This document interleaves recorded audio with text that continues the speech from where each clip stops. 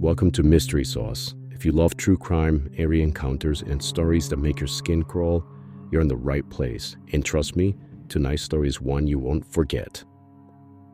It was supposed to be just another fun night. The summer of 2012. Cheap movie tickets and a midnight premiere of The Dark Knight Rises. Nothing unusual. Nothing out of the ordinary. But looking back, it's impossible not to wonder if they had known what was about to happen. Would they have done anything differently?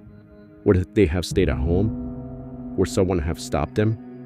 At 10:30 p.m., a group of friends arrived at the movie theater, laughing as they walked past oversized cardboards cut out of Batman and Catwoman.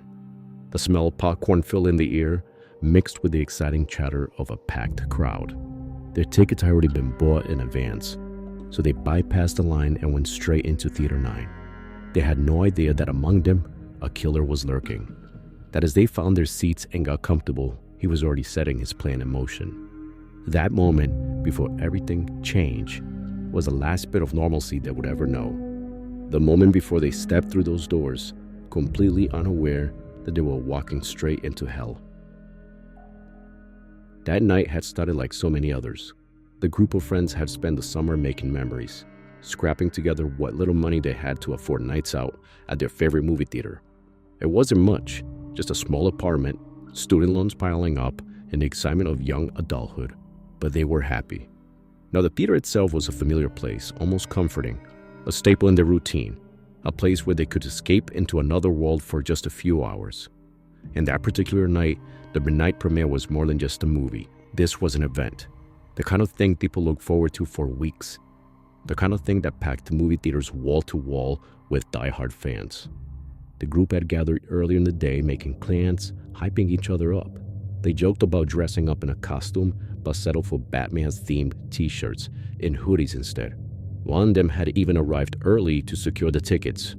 Worried the show might sell out, they were right to be cautious. The lobby was packed with people, the hum of anticipation thick in the air. Among the crowd were families, couples, group of friends, people of all ages. A little girl in the row caught their attention, skipping back and forth with excitement, arms full of snacks. The energy was contagious. People were there to enjoy themselves, to forget about the world outside. But in the shadows, someone else had come with an entirely different purpose. And as they made their way to their seats, they had no way of knowing that this night, their safe place, was about to become the scene of unimaginable horror. Now, the theater was packed. The excitement almost tangible, rows of seats filled with eager fans, each one buzzing with anticipation.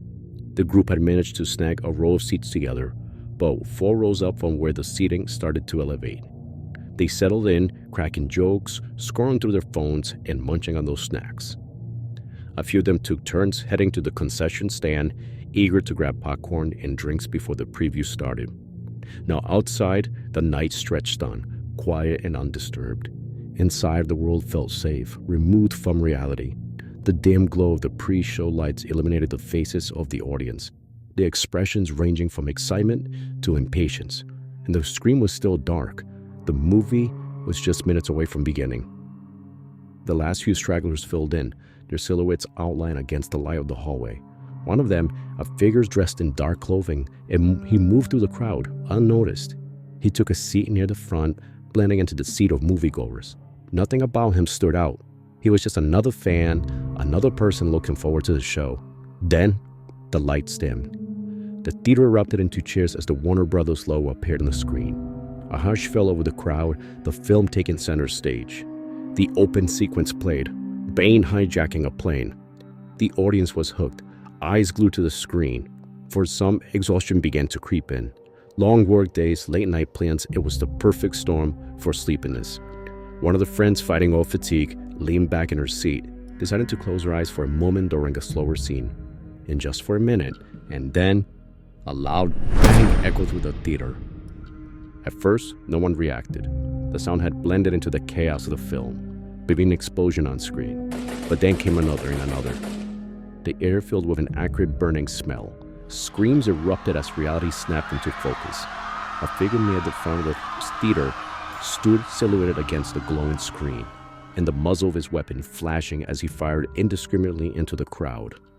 For a split second, the audience froze. Then panic took over. People screamed, they dogged, ran for cover. Some bolted for the exits, while others scrambled under their seats, desperate to disappear. And the movie continued playing. The sound of gunfire mixing with explosions on screen created a surreal, nightmarish blur of fiction and reality. Now, our other friends, Brock, he reacted first. He grabbed the person next to him and yanked them to the ground, shielding them with his own body. And the others followed, flattening themselves against the floor, hands over their heads, heartbeats pounding in their ears. The gunman tossed something, a canister. It hit the floor, rolled, and then hissed. A thick cloud of tear gas filled the room, stinging eyes and throats, making it impossible to see or to even breathe. More shots, more screams, a desperate, frenzied dash for survival. A water bottle exploded in its cup holder, sending a spray of liquid across the seats. A phone clattered to the ground, its screen lighting up briefly before being trampled, and blood pooled against the floor, seeping into sneakers, staining the red and purple carpet. Then a pause, a flicker of silence. "Run!" someone screamed. The group didn't hesitate. They bolted, shoving their ways toward the nearest exit.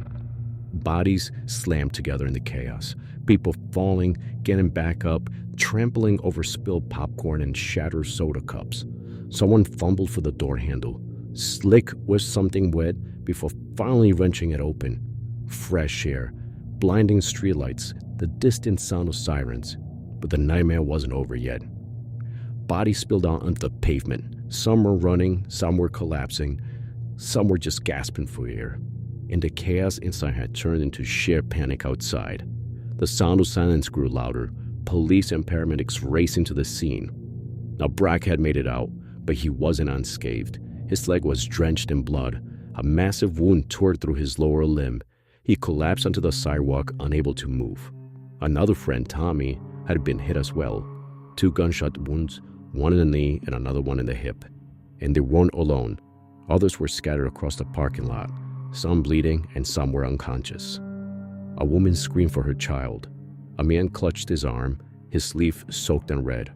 A teenager pressed hard against his mother's chest, begging her to hold on. Police arrived first. They were shouting orders, securing the perimeter. Paramedics followed, moving through the wounded as fast as they could. Brock was among the last to be taken. His pulse was weakening, his skin was pale. The minutes stretched unlike hours. The shooter had been captured, but the damage had been done. The theater doors eventually closed. The blood was clean, the seats were filled again. But for those who lived through that night, things would never be the same. Some wounds healed and others never would. And for the survivors, one question lingers to this day. What if? When the smoke cleared and the final shots had been fired, the reality was devastating. 12 people lost their lives that night, and over 70 others were injured. What should have been an exciting night at the movies turned into one of the deadliest mass shootings in U.S. history. The shooter, James Holmes, was apprehended outside the theater without resistance. He was later found guilty on all charges and sentenced to life in prison without the possibility of parole. And the survivors carried the weight of that night with them, the echoes of gunfire forever etched into their memories. The theater doors reopened, but for many, the sense of safety will never return. Well, that'll do it for today's story. If you enjoyed it, then please subscribe to the channel, and I'll see you in the next one. Thank you.